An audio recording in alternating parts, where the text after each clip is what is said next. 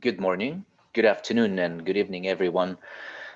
This is Roman Zykov of the Russian Arbitration Association and the one and only Arbitration Kitchen, where we invite guests from across the world, from various arbitration institutes, from law firms, professors, students, everyone who is interested in arbitration, everyone who is high in spirits in these turbulent times.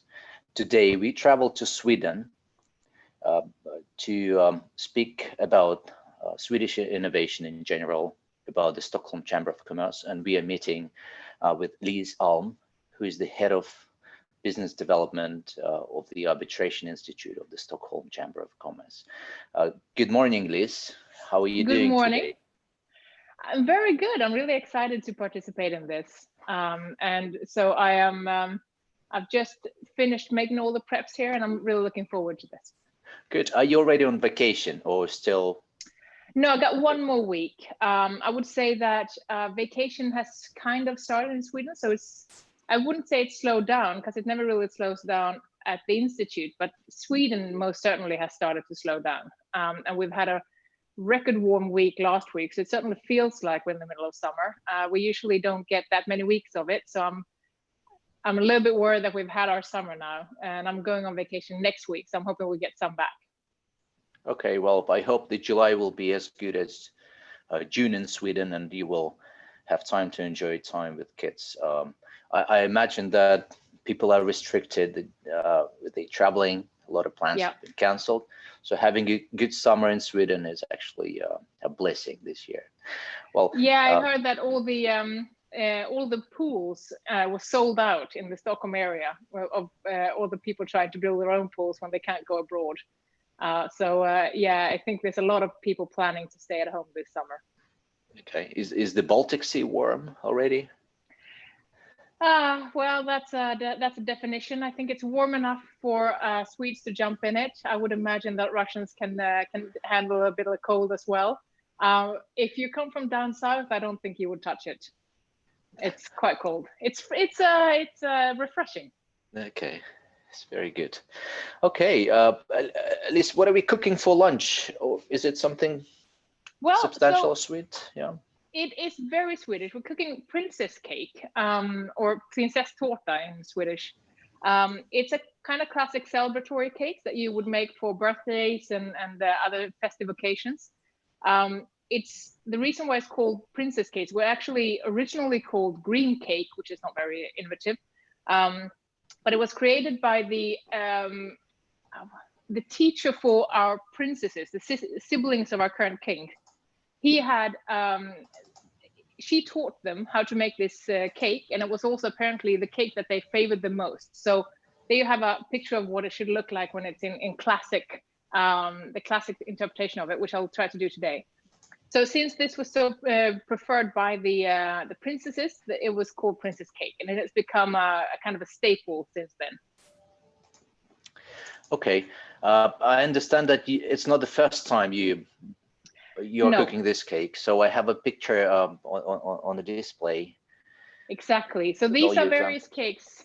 Yeah, these are various cakes that I've been making over the years. So these are for birthday. So up on the top left, I can't actually take credit for. That's a stock image for like Visit Sweden website. They said this is the way it should look. So I'm gonna try and mimic that today. But the other ones, I usually color outside the box, and these are my cakes from the top right one is when my brother turned 40. So those are the symbols of his various achievements in life.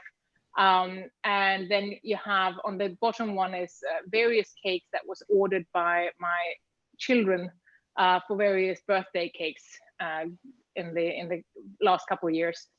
I actually did this weekend, we had double birthday parties with both of my kids. So I'm a bit beat, to be honest. So I've been making cakes all weekend. The orders that came in this year didn't make them suitable for photographing. My son wanted the puke emoji, you know, the emoji that pukes. I didn't choose to include that one here, even though he was really happy about it. That's a TikTok generation talking. Yes. Okay, and this one at the bottom is a very nicely crafted piece of. This is a sculpture. So this you mean is the Elsa cake? The frozen, yeah, Elsa. Yes. Yeah.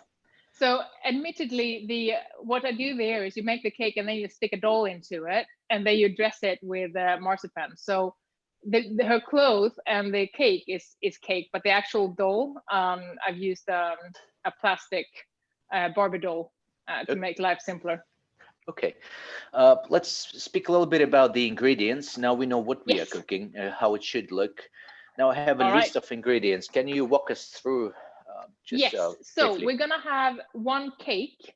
I pre-baked this one. It's essentially a sponge cake. It's a little bit lighter. It doesn't have fat in it, for instance, or any kind of butter, which means that it becomes airier. And it also has it's not too heavy on the flour. And instead of having just normal flour, you would have both half and half flour and potato flour, which makes it even airier. So you start with that, and then you add custard. You have jam, which you can use, well, either you make your own, or if you cheat a little bit, you buy it. Whipped cream, and then let me see, some cordial or some juice, just to make it more moist. So this is what goes into kind of the content of the cake. And then you top it with, it should be green marzipan if it's the classic version. As you can see, I rarely stick to the green, and then it should be roses, and I actually pre-made those to make sure that I got it right. And then you need some powdered sugar to just make sure that it all goes out smoothly. So that's kind of it. It's fairly simple, and all of these things you can buy ready-made if you want, or you can make them from scratch. And the difference there is it takes 40 minutes to make the cake, or it takes 4 hours to make the cake, depending on how much time you've got. Okay, for the ease of our viewers, we have all the ingredients. Well, I can just run them through once more so people can see what they should have. And I imagine most of our viewers who are cooking with us today have already secured the ingredients. But here we go. Here they are: eggs, sugar, flour, vanilla, butter, etc. Milk, tablespoon of sugar, egg yolks, corn starch, etc. But for the ease of reference, we also have the explanatory notes in the chat room. If you open the chat, dear viewers, you will see what you should have, and you will see a step-by-step process along with the TV show today, how to cook and what we do in the event you missed something. Okay, Lise, back to you. So okay, please go ahead. Perfect. Okay, I'm gonna start with, so this is to make life simpler, although sometimes it just makes it more complicated. I got one of those spinning things. So the first thing is really easy. You take the first layer of the cake. I've pre-sliced this. It should be in three layers of the cake. You have some cordial on it. And here you can really use whichever one you like. I like elderflower. It's a very summery Swedish flower taste, so I like the taste of that. And then the first layer should be raspberry cream or jam if you stick to the original here. And I thought I'd do that for this cooking. So actually, when they did this originally, it was without jam, but it's just not as good. So over the years, this has become the way that you make this cake. Okay, what kind of jam is that? This is raspberry, but you can actually make it. I know that in the ingredient list, I said that I was going to use rhubarb and strawberry because I like that more. But in all honesty, I was prepping this yesterday and that didn't turn out well. It was actually it was just disgusting. So I decided to go with a pre-bought, my backup solution here with my pre-bought jam. You should see the backup thing. So I'm putting now the second layer. You should see the behind the scene photos of me failing my jams last night. It's not pretty. We'll see if that makes the director's cut maybe. Okay. And then, yeah. So what's this again? Is it juice or is some concentrate, some? It's concentrated cordial. So it's just juice. So this one you can really use lemonade, or you can use something else. It's just to have it a little bit more moist. Otherwise, it can turn up a little bit dry. Okay. So, and I imagine you can also, go crazy with that and use some sort of alcohol. I don't know, rum. Oh yeah. Or, yeah. Then it might not be good for birthday parties, depending on the age of the celebrity. But no, definitely. And you can use, you can go quite crazy with this one. The main thing is that you have some sort of jam. You usually have some sort of custard or chocolate cream or something like that. And then you have a mountain of whipped cream, and then you have the marzipan on top. Okay. So those are kind of the criteria to still kind of call it a princess cake. This is custard. I managed to make mine slightly runnier than I should have, but life. So normally this would have been quite thick, so you could have a proper layer of it. Okay, and how did you make custard? So when you make it, you heat up a vanilla pod. You scrape up the seed of a vanilla, and then you heat it up together with the pod, together with milk. So you have 2.5 deciliters of milk. You bring that to a boil, and then you mix in egg yolks, cornstarch, and sugar, and then you bring that up to a boil again, and then you add some butter to it, and then it will become quite thick. So those are really the step for that. The reason why I managed to make this one less thick than I should have is just because I was adding too much cream to it yesterday. Okay. So tell us a little bit about the layers. So yes. How do you pre-bake them, or are they from the shop? So this is one cake. Yeah. You can buy them. Any shop will have them in Sweden. I'm sure that most shops will have them abroad as well. And then they usually come pre-cut. And this is one cake. So this is the recipe that you see in the chat there. Provides you with one cake like this. You can make it in a smaller tin, or you can make it in this one. This is kind of the standard size tin in Sweden. I think it's 24 centimeters, something like that. And then you simply cut it in 3 layers. To be able to assemble it. Okay. All right. This is my favorite part because I am a sucker for whipped cream. That and popcorn are my big the things that I can't get enough of at home. Unfortunately, I passed it on to my kids. So whenever I whip cream, I have my kids running around here trying to steal some. Yes, I think it's a universal thing. I wouldn't say that's a pure Swedish. I can see that. Yes, and this is a very, very professional stand for the cake. I see it rotates and just so I can tell that's not the first time you do it. It isn't the first time I do it, and it's actually, you can use it either for cakes, but I think when I got it, it was intended to be used for making various clay things, but it's perfect for making cakes. So you can actually spin it around, and you can make all kind of decorations when you spin it, and then you kind of do a twirl or something like that with a piping bag. So it's a really nifty little thing. Okay. Now, if you manage to get the cake a little bit hard, you may want to trim the edges, because when you turn on the marzipan layer, it can sometimes kind of push through because the cream is so soft compared to the layers. So sometimes you want to trim the layers. I didn't do that now. We'll see if it will show through. And another thing now is I've deviated a little bit from the original recipe, because the original recipe, you should have the cream under the top layer and then put the top layer above it. But I just think that's trickier, so I never do that. Okay. And I kind of like the sense of this huge dome of cream. What will be a traditional Swedish jam berry? Would that be raspberry or blueberry or anything? Raspberry, but in general, you mean Swedish, in general? Swedish. Yeah, blueberry is a classic. Or if you want a real Swedish taste, it's cloudberries.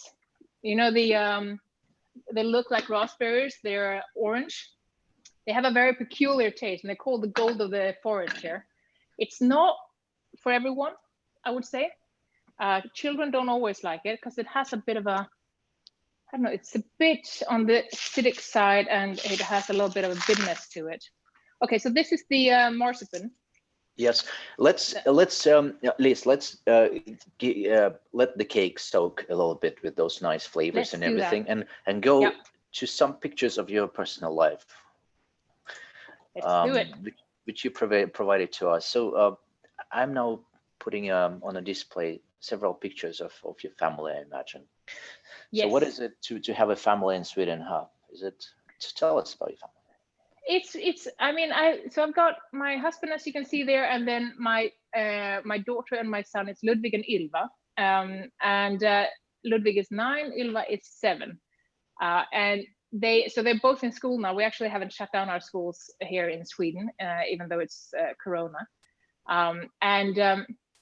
it's these pictures are from us traveling, which we like to do this year, or not so much.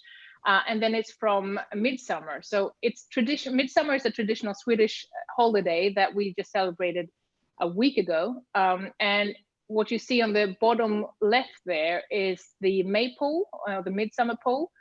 And it has 2 rings and something sticking into the ground. And it doesn't take too much imagination to see what they were trying to symbolize when they were making sure that the soil was being very fertile. So that was the origin of this festive celebration. And then what you do you dance around this, pretending that you're a frog. This is a tradition that when you're a non-Swede and you experience this, it is usually one of the most bizarre experiences you have. I know that you spent some time in Sweden. I guess that you've been experiencing this as well. Have you done the frog dancing?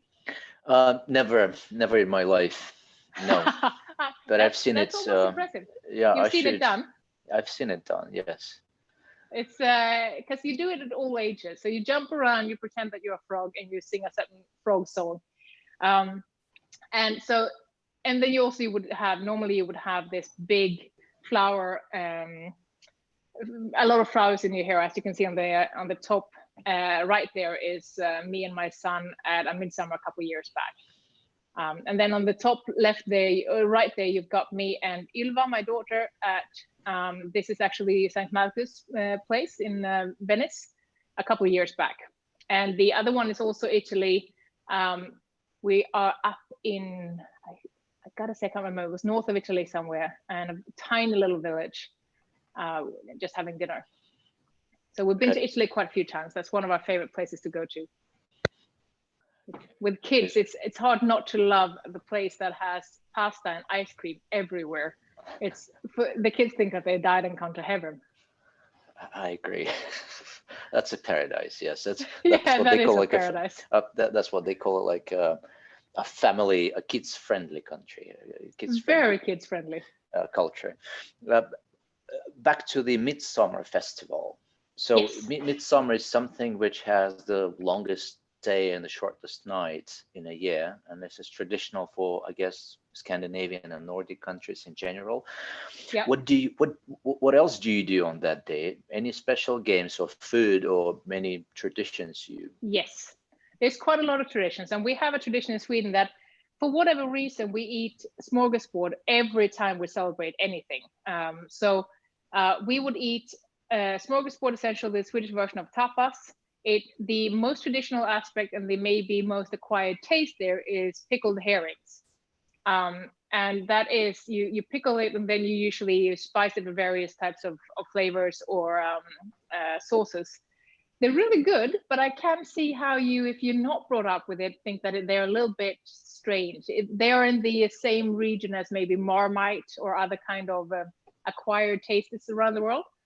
So you would eat that, and then you have boiled potatoes, and there's a lot of traditional dishes, and everybody have their own special take on, especially the herring, their own special sauce that they put it in.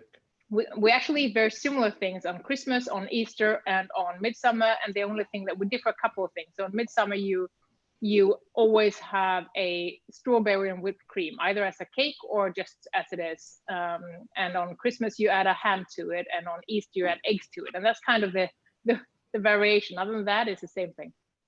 And then so we do that, and then we play a lot of games. We always want to stay outside, and it always rains. So the big sport of midsummer is running in and out with all the food, trying to avoid the rain showers.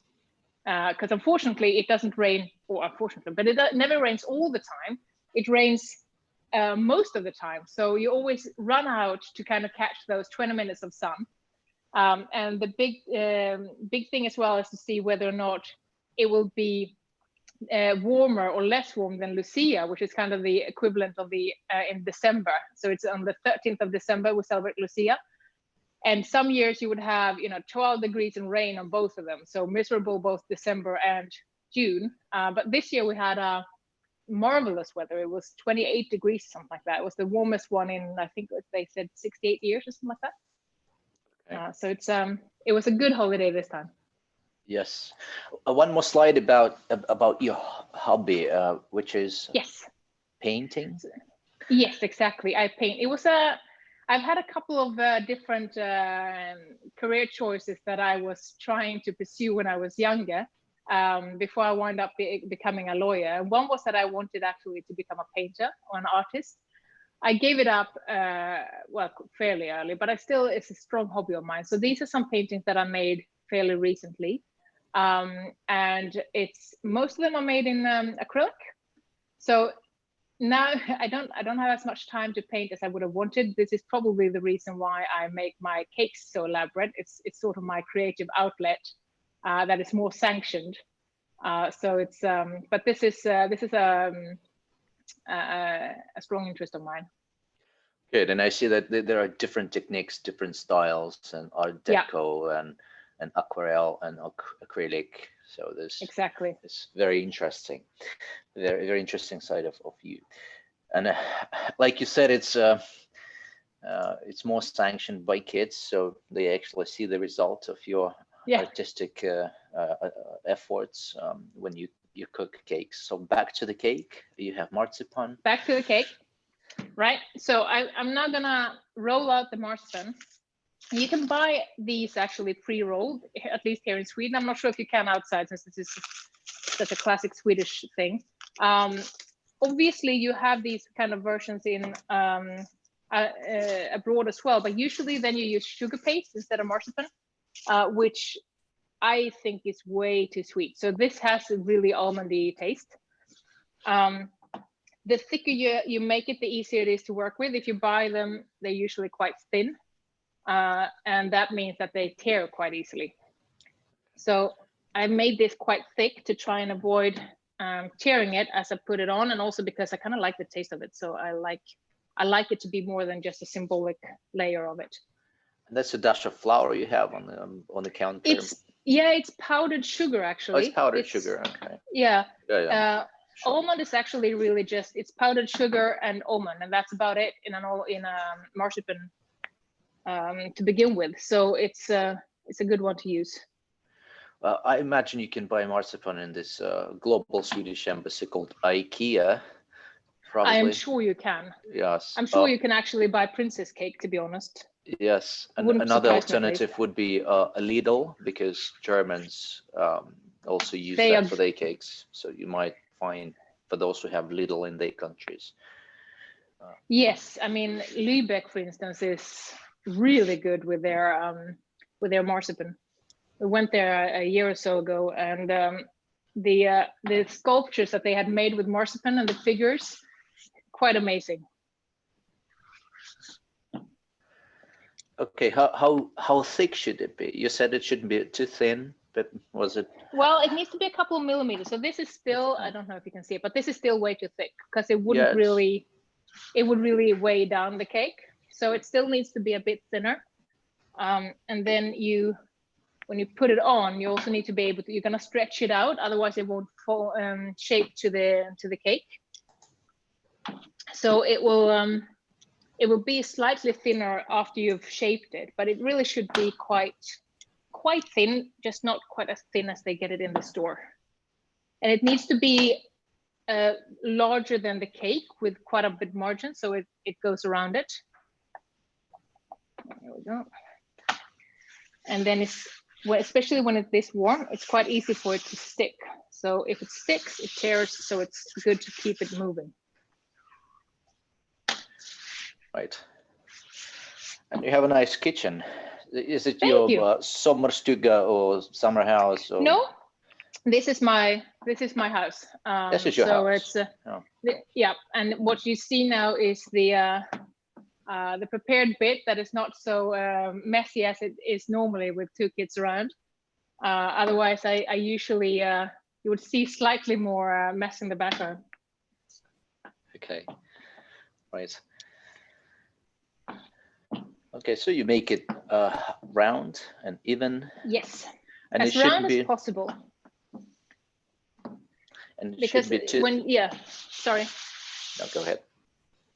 No, and it shouldn't be the rounder you make it, the easier it goes, because these things that stick out, you're not going to be able to use them anyway. So it needs to be like the smallest area is going to be your limiting factor. And if you do this really perfectly, you actually have a little needle to punch out all the air bubbles. But I am usually not quite as neat as that. Okay, and you mentioned it should be thin enough not to break, and at the same time, not to press this delicate cake with cream you have on your left hand side. The dome of cream. Yes. Okay, so this should be about enough. Now, actually putting this on is kind of the trickiest part of it. So let's see. Because if you land it wrong, it's hard to change it again, because then it will have all kinds of creams and everything on it. So you need to get it quite on there at the first time. So let's see if I manage. Kind of. And then if you want, you can do it just like this, and you kind of just tuck it in. But to get that kind of nice shape, you need to stretch it. And here, marzipan is slightly more difficult to work with than sugar paste, because sugar paste is really made for the purpose of being shaped and put into and stretched and everything. So when you use marzipan, it's a little bit more, well, it tears easier, which makes this part slightly harder. But essentially, you just go around it and gently press it down so that it shapes to the cake. And you will have quite a lot left over, and that's intentional, because otherwise it wouldn't have been able to fit. So you always do it a little bit extra. But here we go. I think I've got it all the way around. It was a little bit, here you can also see what happens if it gets a little bit too thin, because you can see it kind of light through the shade, the color of the cake underneath. So, okay, let's see what we got. That one. Easiest to cut it with is a pizza slicer.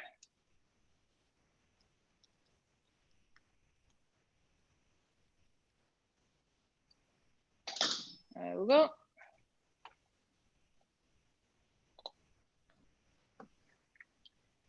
This is the best part for my kids, because all of this is left over, and usually there's a little bit of cream on it and so forth, so I can't really even roll it up and use it again because it's got a lot of muck on it.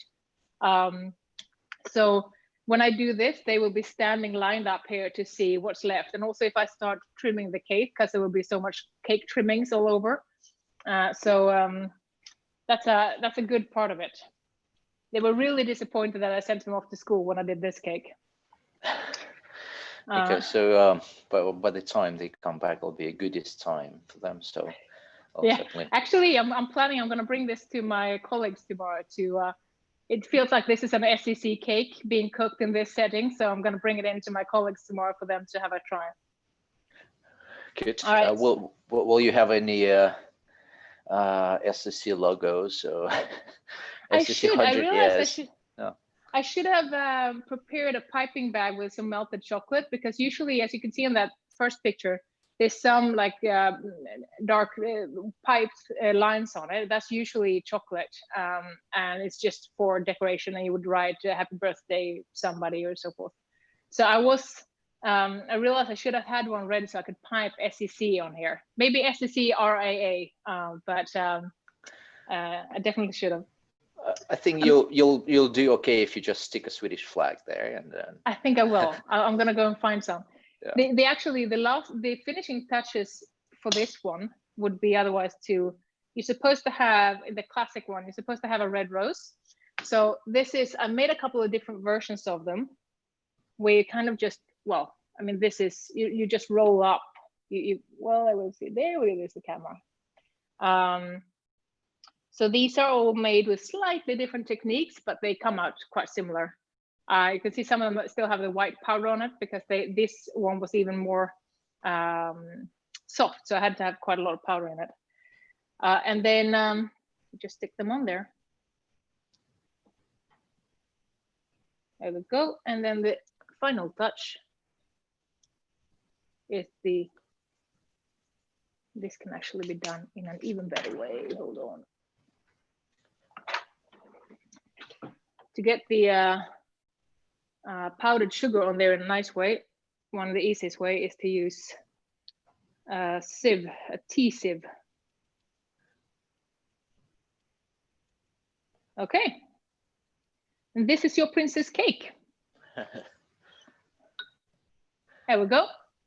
And I will now do, let's see it doesn't slide off, because that would be, unfortunately, there we go. Well, that certainly looked very simple. I'm not sure it is simple in real life, but for those who haven't tried it, you probably need to have one of those rotating SCC platforms, which you used for the cake. Exactly. This is the analog SCC platform, in contrast to our digital SCC platform that I usually work with. Yes, that was a source of your inspiration when you came up with this idea. And now, since we've spoken a little bit about the platform, let's have a few words about the SCC in general, and then yes, I think we all will be very interested to learn more about the platform and about the Swedish idea about innovation and arbitration in particular. I prepared a few slides with your assistance. Let me put them on the screen. Just give me a sec.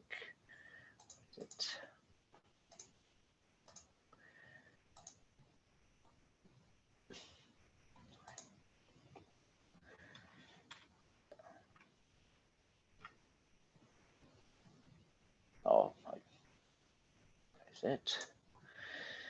It is a classic, and then you wind up showing your email account or something instead. Yes. There we go. Do you see it? Okay. Good. I do see it. It's okay. On. You need to just expand the screen a little bit. There yes. We go.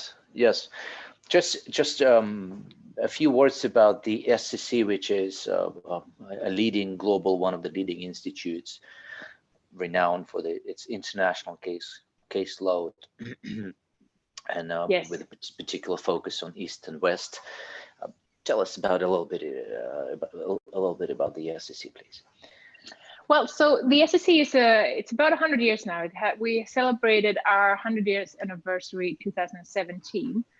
We're part of the Stockholm Chamber of Commerce, which is also just over 100 years old. In the beginning, we were actually created as a way to handle horse feed disputes. So the T-Ford actually hit our business quite hard back in the days when we no longer had the horse food disputes to rely on.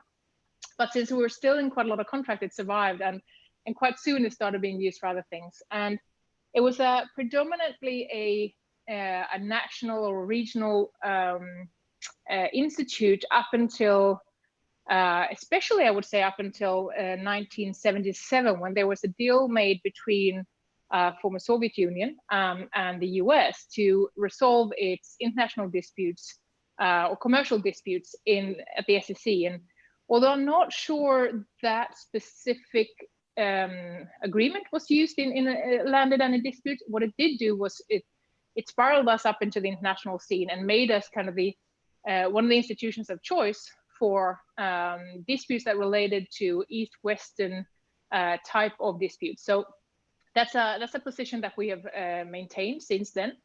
And what that also led to us becoming, when China started opening up in the early 80s, we were also one of the only institution actually that was allowed outside the Chinese domestic institutions when they started up for opening up for international trade.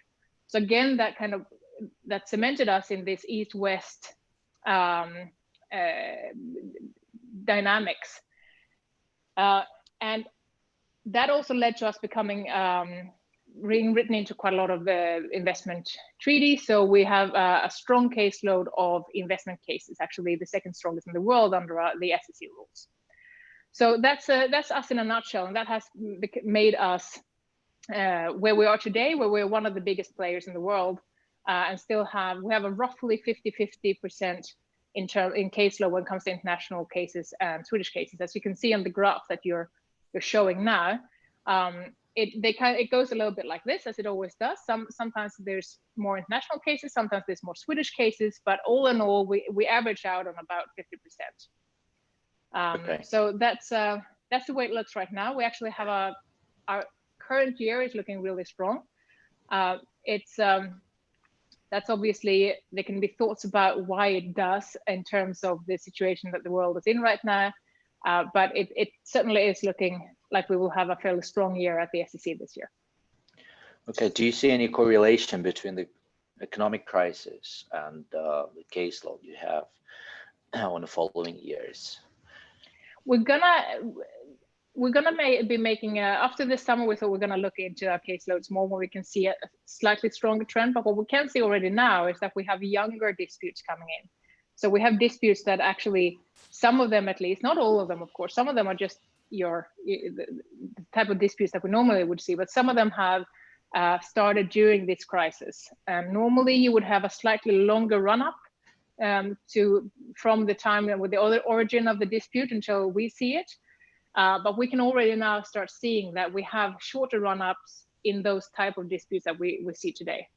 So it's going to be interesting to see if that is still just anecdotal, if that is actually showing a trend of how the disputes are changing in this current economic climate. Yes, interesting. We've analyzed recognition and enforcement case law in Russia for the past 12 years. And one of the parameters we used was the date of the contract, the date when an arbitration was commenced, and the date of the award and the date of enforcement. And this is, you can actually pull out very interesting information about the behavioral aspect of business and how parties in different industries treat their disputes. So say for construction disputes, for the construction industry, the time between the contract and the dispute materializes and then matures into a full-fledged dispute brought before arbitration is much longer than, say, for those and for the supply disputes or for the service agreements, etc. And this is interesting to see. And now you have a wonderful SCC platform, and I imagine you will be able to pull out all sorts of statistical data. Very interesting to see the intricacies actually of the behavioral intricacies of the parties behind the disputes. Yeah. The next slide is about the applicable rules, and I think there are plenty of options, plethora of options under the SCC, and those are general arbitration rules, which are mostly in use, and expedited rules, emergency arbitration, mediation, and ad hoc. Do you see any trends that parties would start opting for expedited rules more to get more cost-efficient procedure? Well, so far we have seen a slight increase in that. I would say that it's still, even though we have a quite strong caseload coming in right now, the trends are still quite early to see if this is something that is just that is indicative of a bigger trend or not, because we're still in the first quarter or so of this climate. What you can see if you look at these numbers, for instance, the emergency arbitration or arbitrator appointments were quite high last year. So 8 it's not our record year. We had 13 in 1 year previously, but otherwise we usually have 4 or 5. So this one's quite high. And one thing that was also a bit interesting with those 8 numbers is that I think 6 of them were granted. Usually, if you look at, we've had emergency arbitration now for 10 years. So we did a bit of a year in review a couple of months ago. And if you look at all those 10 years, you have about a 50-50 split, or actually have 50 50% that were denied, 43 that was approved or granted rather, and then you had the rest were withdrawn during the process because they made a settlement or it moved into litigation, also to arbitration. Whereas this one actually had 6 of them being granted and 2 of them being withdrawn. I'm not sure if that is something to draw a conclusion as to trends for, if that's again just coincidental for last year. The numbers are few enough for there not to be necessarily a statistical significance in there, but it's still certainly interesting to see if that might mean that you get slightly closer to the to how you frame the application or not. That's right. So we'll see what happens this year. Yeah. Yes. So you need to prove emergency, irreparable harm, and all sorts of elements in order to get an emergency award. Do you remember whether the emergency arbitration is mostly used for the treaty cases, treaty arbitrations, or also in commercial cases? Oh, both. I don't know the ratio off the top of my head, but it certainly is used in both quite a lot. So it's not a heavy dominance in either case, I would say. And a very interesting observation. I mean, I think it's the numbers are a little bit higher than last year, 2018, is the use of expedited rules. So the parties actually see benefit in faster proceedings, perhaps in smaller. Yes. We can actually, that's a trend that we can see as well, is that expedited rules are being used in also larger value disputes than we've seen before. So indicating that there is some sort of a trend moving towards faster solutions, even if you have quite a lot at stake. And obviously that doesn't necessarily indicate whether the case is complex or not, but we can see a certain shift towards using expedited rules in higher disputes values. Yeah, it's interesting that people want it even faster than the normal proceedings. I'm having the next slide with the time for rendering award under the conventional general arbitration rules of the SCC, and the time is quite fast. I understand it's from the time the arbitration was commenced, or was it from the referral of from the case referral, I believe it is. Referral, yeah, it's from referral. Yeah, so 6 to 12 months. Exactly, and what you can see here, actually, if you compare that to 2018, I believe that the percentage that was 6 months or less was in 0 digits. I would maybe even 6 or 7% or something like that. So it's moved quite strongly over to the left side of this scale. So it certainly is speeding up. We did some changes in the 2017 rules that apply that were targeting trying to make the process even faster. One of them is that we can actually duck out some of the payment for arbitrator if they are taking too long time without any good reason for it. So we made a number of tweaks to make sure that this is even faster, and it's interesting to see that it seems to be starting to come through in the numbers as well. Right, and it seems to be a universal trend that arbitrators get less fees if they delay with the unreasonably delay with the award. I understand that the SCC does not do any award scrutiny, so it has a light touch on the cases. Exactly, we do. We have a light touch on administration, and we don't do scrutiny. So that's obviously, if you compare us to, for instance, the ICC, that's one of the reasons why we are quite a lot faster. So I believe if you look at similar numbers for the ICC, you would have roughly double the time. But they do award scrutiny, so it's a different product that they provide you. Yes. Innovation in arbitration, and everyone speaks about it. Not everyone understands what it is about. Tell us about the Swedish way, the SCC style. Well, I mean, so I work with innovation at the SCC. I've been with the SCC for 2 years, so most of these I can't take credit for, only the last couple of things there. But what I think is, often when you talk about innovation, you talk about digital innovation, because that's a lot of innovation is system implementation in one way or the other, or you use technology in a new way or for a new purpose. What I think is interesting when you're looking at innovation here is that often innovation in arbitration, we might not be seen as the most digitally forward-leaning branch, but innovation here is often through other means. So emergency arbitrator is highly innovative. Adding new tools to the toolbox, to the procedural toolbox, is highly innovative, but it doesn't actually require any digital implementation. So I would say that in general, this area can come a long way if we were to adopt even just large adoption of existing technology.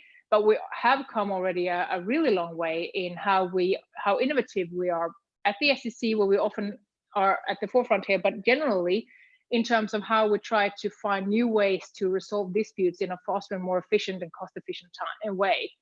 So a lot of the innovations that you see there, some of them are digital, some of them are not. When I came in, since I have a very, my background is quite heavy on tech side, I would say that that's probably geared us even further towards tech innovation. But if you look at the trend there, you have emergency arbitration, you have going digital in case administration, which we did in 2013, earlier than quite a few of the institutions, institutions, most of them. And we have Stockholm Treaty Lab, which I'm sure you've heard of, but it was Annette Magnusson, our Secretary General, who had this idea of trying to merge the power of investment treaties with the environmental sector. So how would you improve on the investment treaties and on the investments into environmental policies? How can that be benefited by international investment treaties? So she had an international competition to try and find the best ways to do this, and there was, I think it was 25 or so multidisciplinary teams from both inside arbitration and all range of disciplinaries that came up with a lot of really interesting ideas about that. So that's highly innovative, but it's not necessarily digital. But then from last year, 2019, we launched the SCC platform, and this year we launched the ad hoc platform, which is essentially utilizing the same type of platform as we do for the SCC cases, but we provide it to ad hoc cases, and it's free of charge during the COVID-19 outbreak, because we want to see, well, whatever we can do to make a tiny dent into the issues that have been created in how smoothly trade can run now during the crisis. Okay. So that was something that we launched about a year ago. Right. Tell us about the platform in more details, if that to the extent possible, of course. Well, so the platform is it's an online case management platform, and we use it for all the cases in the SCC that comes in under the SCC rules, and then you can apply to have your ad hoc case on there. But if it comes since September 2019, any case that comes in under the SCC rules will be handled on this. So essentially what it does is replaces all the communication in the case between us and the tribunal and the parties, and also the tribunal and the parties. So the intra-party communication will still stay off the platform, but anything that is kind of the formal communication in the case will stay on here. So what you have, the functionality that you have here is, the main feature is the file sharing. So you'll upload all the relevant case materials, from submissions to evidence to all this exhibits and so forth. We provide you with 3 different versions of folder structures that you can use. So either you have one which is default, which is a more simpler version, and it's used for expedited arbitration or for just cases that aren't so document heavy. And then you have 2 versions that either follow chronologically the case or follow thematically, so follows the parties, depending on how you want to organize your case. So we provide that, and then you can also tailor it to your needs by adding subfolders where you need. And then you have a participation list, so it's fully transparent on who have access to the case. Obviously, those who have access are only the ones where we have seen a proxy to act on behalf of the parties. But you can see both contact information and a list of who can see it. The Tribunal Notices is essentially, it's a notice board where it replaces the function that you would have of, for instance, the cover email when you send out and say, I would like to get the possible dates for the initial case conference, case management conference. Could you please provide them, or whatever it could be that is less formal but still case-related communication. And though notices would be pushed to the email boxes as well. Yes. The parties. Yes. Okay. Yeah. So you can't access the information through your email, but what you do is you get a push notification as soon as anything happens on the platform. You can and sometimes you may want to tailor that, so you get it either immediately, daily, or once a week. And if somebody is uploading a submission with 200 appendices, you may want to change that to daily, but that's really up to everyone who's on the case. So you do that on your own, in your own settings, depending on how involved you are in the case. But then you have to log in to actually access the information. You can also download the information from the platform. We were going back and forth on whether we should allow this or not, because one of the big reasons we do this is for cybersecurity. And I know that we might be talking a little bit more about that later on, but it's cybersecurity is usually a balancing act between making it user-friendly enough to be used, but tricky enough for other people to use it, so that you find a good balance between how secure it is and how user-friendly it is. A classic example is if I allow download, then it will be a lot less secure, because you will all of a sudden have an offline version of it on your computer, which you may or may not forget in a Starbucks. But if we don't allow download, then we assume that people are going to be emailing it in separate channels to be able to have it on an offline version.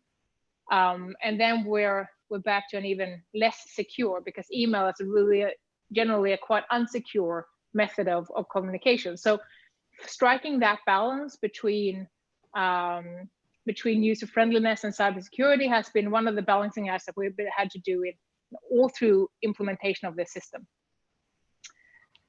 So to run through the rest of this one, you have the case calendar, which is, we will populate it with some of the heavier dates when the case is the award date and so forth. And then we encourage the tribunals to keep it updated with all the relevant dates. And you can then subscribe that to your own calendar if you want to have it in your calendar, or if you want to have it here just.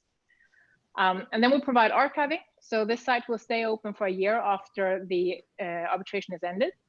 For you to be able to download. You can't change anything, but you can download for your records. And that actually takes care of, if you're an arbitrator at the SCC, we will make sure that we oblige you to keep an archive for 1 year. Keeping it on the platform, ensuring that everything is on the platform, will take care of that requirement. And then the last thing is that you can have this on your cell phone. You can have it on. You can do a word search for anything on there. You have 24-hour support. You get email, as we talked about. You can get email notices and so forth. So there's quite a lot of other functionalities that goes into this. But the key ones that you're going to use are those 6 that I mentioned. Does it cost anything for the parties? No, it is included in our fee. So we use this for our communication, and we want to make sure that it's heavily adopted. So we actually require everybody to have at least one representative on here, and all the communication with the SCC should really go via the platform. And then we encourage them to use it also for all the communication that we don't have to be CC'd on, just because we think that this is a more cybersecure way to do it, and it provides this overview of the case, which is really efficient. But for that to be possible, we also realize we can't make this, we can't charge for this, because then that will be one more thing to discuss when you initiate the arbitration case. And we really want to avoid ever being the cause of something more to discuss whether to add or not. In the early stages of a dispute, chances are you're not very, not all parties agree on everything. It's kind of why they wind up there. So we made sure that this is not, this is free of charge. And that goes also for the ad hoc platform. Okay. Can you open files there, or you have to download them to your computer? No, you can open all the files here.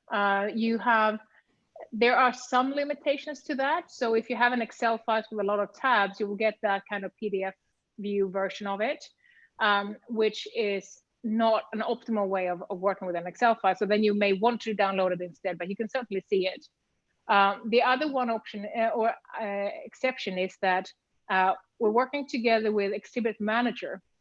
I don't know if you've heard of them. They're yes, of course. Yeah, so they do e-briefs, hyperlinked, really smart ways to use the big submissions with a lot of exhibits. And for them, you can upload them to our site. We've configured it so everything should work, but you need to be able to use the full functionality of the e-brief. You actually need to download it to your computer. So this becomes a secure means of communication of that, but it doesn't allow you for the viewing that we want. Okay.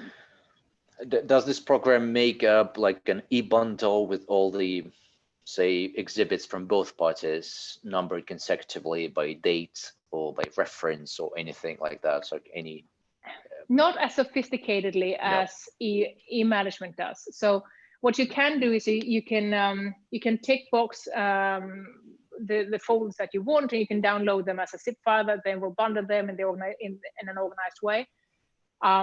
What you don't have here is hyperlinking between the documents, which if you're in a huge submission, you're going to want to be able to do that. So that's one of the reasons why it was really important for us to work with other companies such as exhibit managers to ensure that.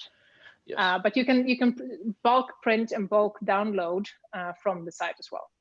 Right, and I imagine there's also always a possibility to do some like a discovery type of e-discovery room where you could store all the documents. We've actually not opened it up for the discovery process.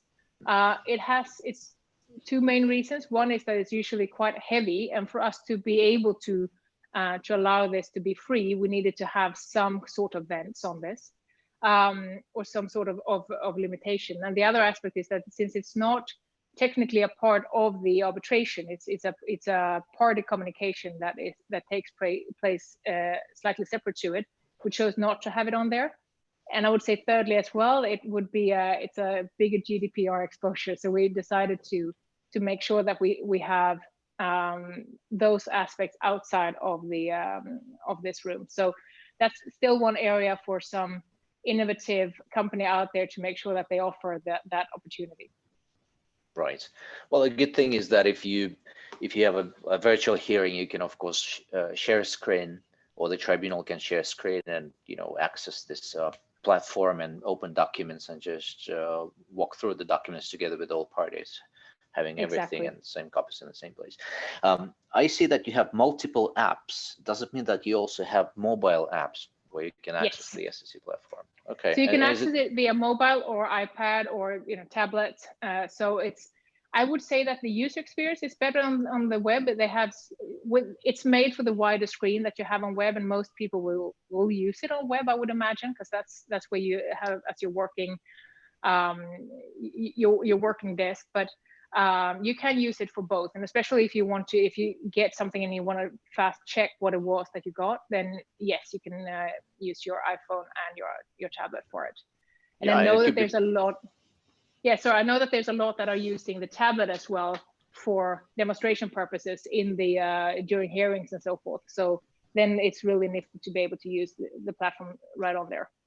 Yeah, that's certainly the good news, and of course it's always nice and handy to have it on your iPhone, your smartphone. You have all those push notifications, that there's a communication from the tribunal or something like that, and you see it immediately on the go.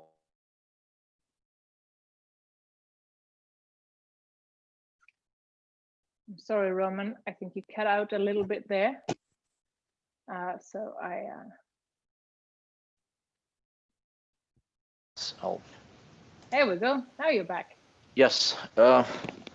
Speaking about digitalization and I don't know.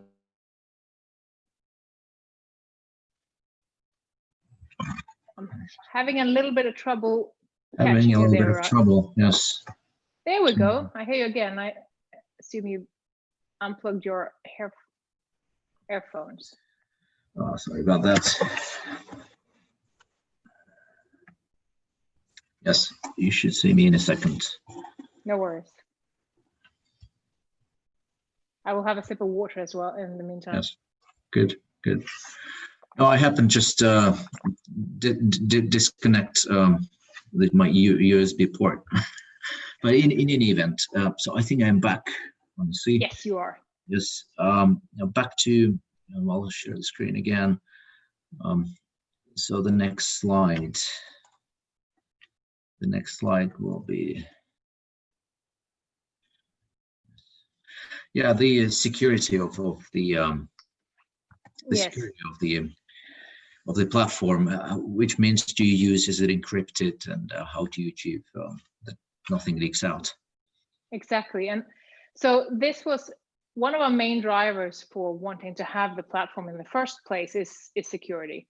We wanted to make sure that we could have a really secure means to communicate with the parties from our end, and we have a large variety of parties. Some of them are represented by highly sophisticated firms that have a very high level of cybersecurity, and then we have some smaller cases. Some might even not be represented by law firms.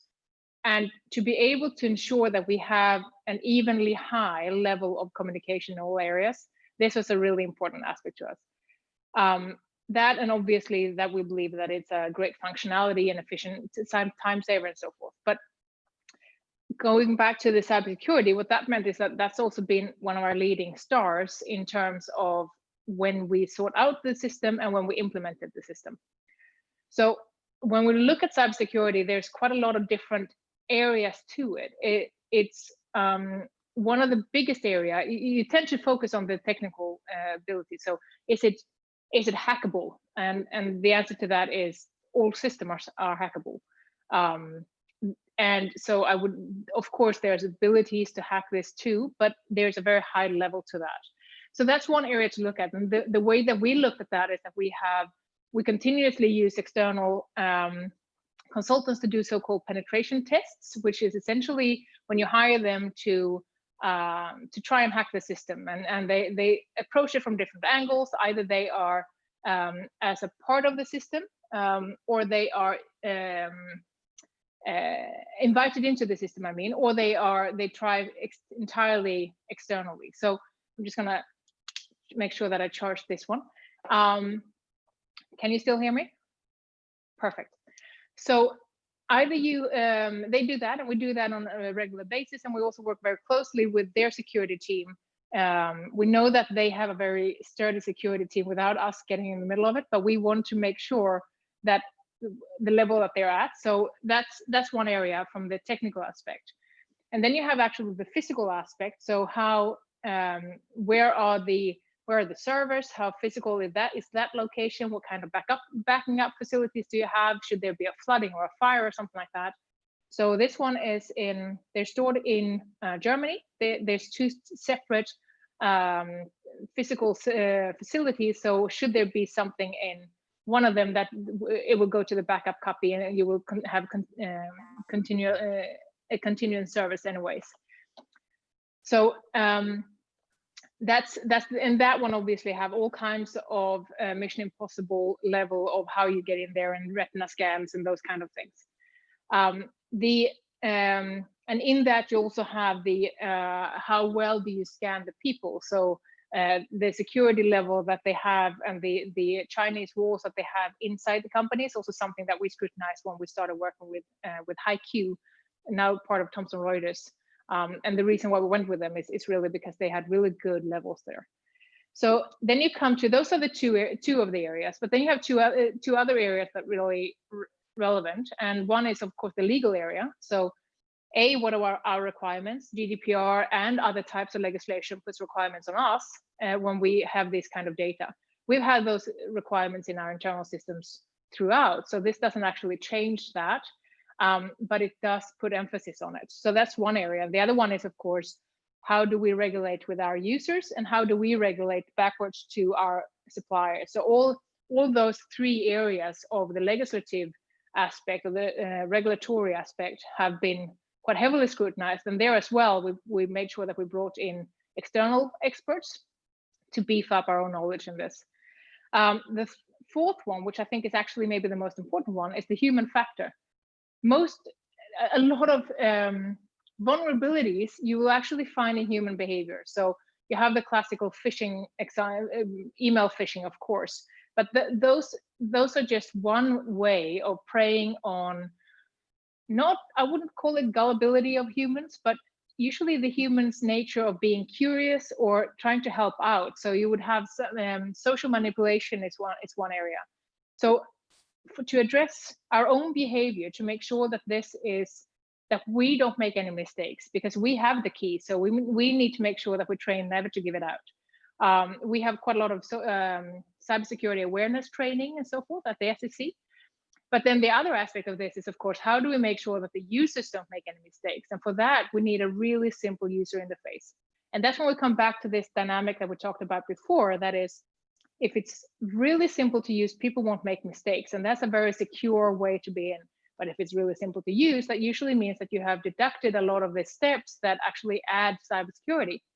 So classic example for that would be if you have two-factor authentication, which means that you have to first log in and then you get a code to your phone or you get a code to your email or something like that.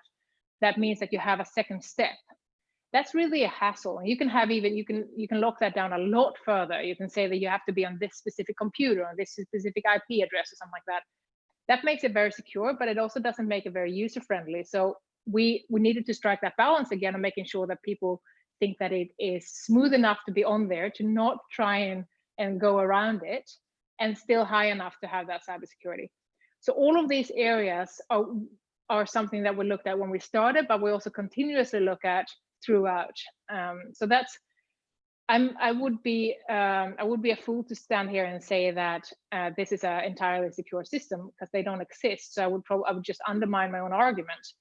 But we have made a lot of effort, and I have very high faith in this. And the supplier that we use have all the certifications, the ISO 27001 and other SOC 2 reports, and the minimum standards that you need to have, and then quite a lot on top of that.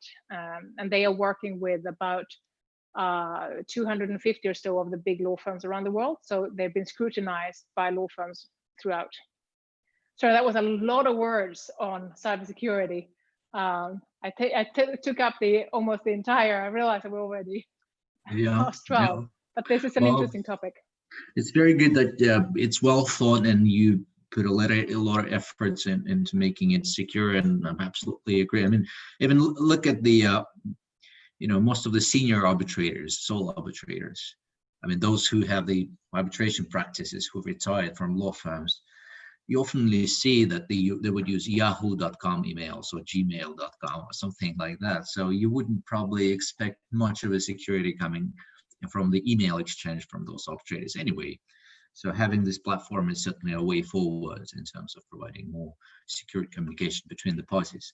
A couple of more slides we have about the platform. I just want the users to see how it looks inside. And like this is a close-up of the platform. You see the upload button. Yeah. So this is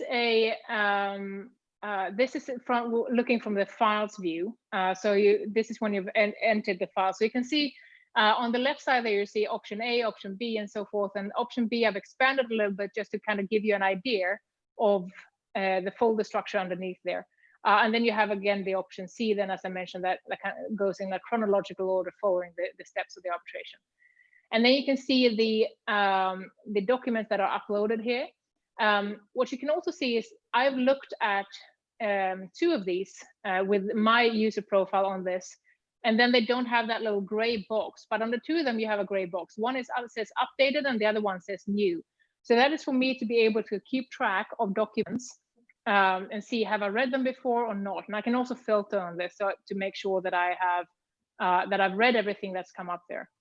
And this one says updated. It's important to know, though, that you can never remove anything from the document, or from this platform. So even if you choose to update a version, the old version will stay on the platform and available to all parties of the case.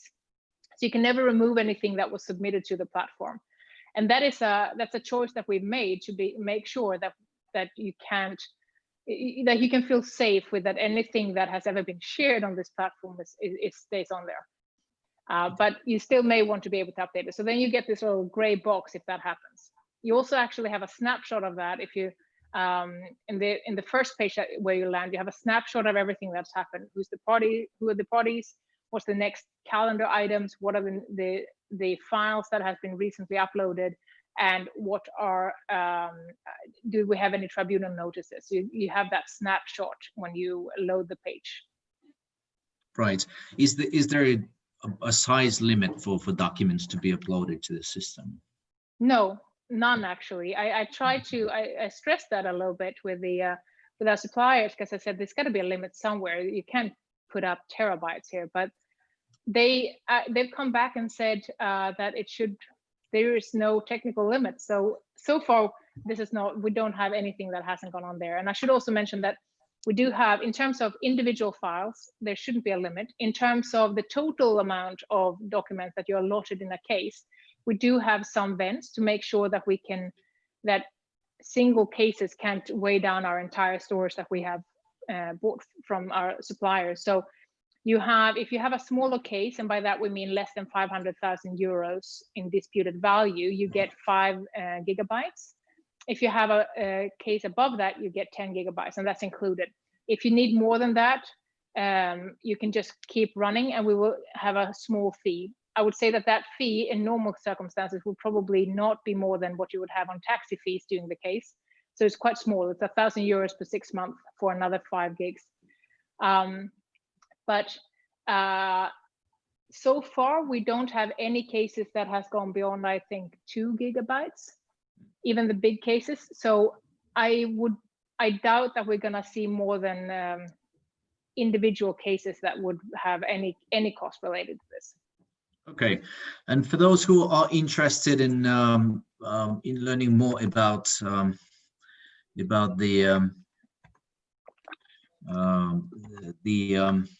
the platform, of course, yep. they can have this. They can have.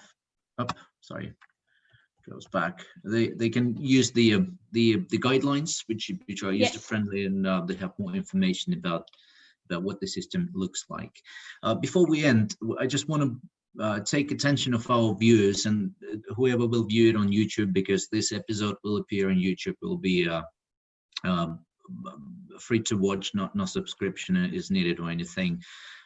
We try to bring awareness of people to the problem we have, the COVID-19, and perhaps any other diseases. So perhaps many people have local funds, national funds to support those who fight the disease, support the doctors and local municipalities and governments.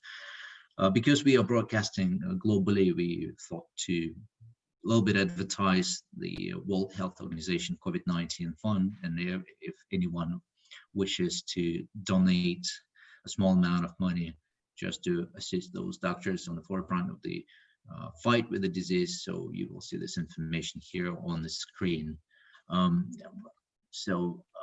Same information will appear on YouTube in the description to the video. In general terms, this video, like I said, will be on the RAA channel on YouTube with the full description of the cooking process, the ingredients and everything. And for the benefit of viewers and also wonderful guests, we are planning to publish a cookbook.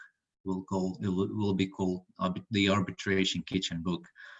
And I think we will have it out at the end of this year with pictures and recipes, and also perhaps transcripts of the discussion. Lise, can we have a final look at this wonderful cake you cooked? Of course. Let's see if I can put it up without sliding it off there. Yeah. So there you go.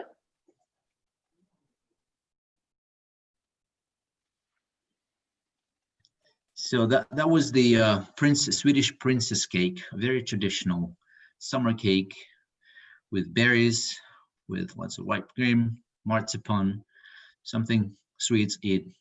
Also for the midsummer, I understand, and you can easily make it for your kids' birthdays, for your loved birthdays, etc. We have had Lise Alm, the head of business development with the Arbitration Institute of the Stockholm Chamber of Commerce today. We wish, well, first of all, thank you very much, Lise, for for spending your hour with us and sharing knowledge and wisdom about Sweden and about the SCC and digital future we are facing now. Thank you for sharing your wonderful recipe with us. For the rest, we wish you to be safe and healthy and have a wonderful week and a wonderful summer ahead of us. Thank you very much, Lise. And thank you for having me. Thank you. Goodbye. Goodbye.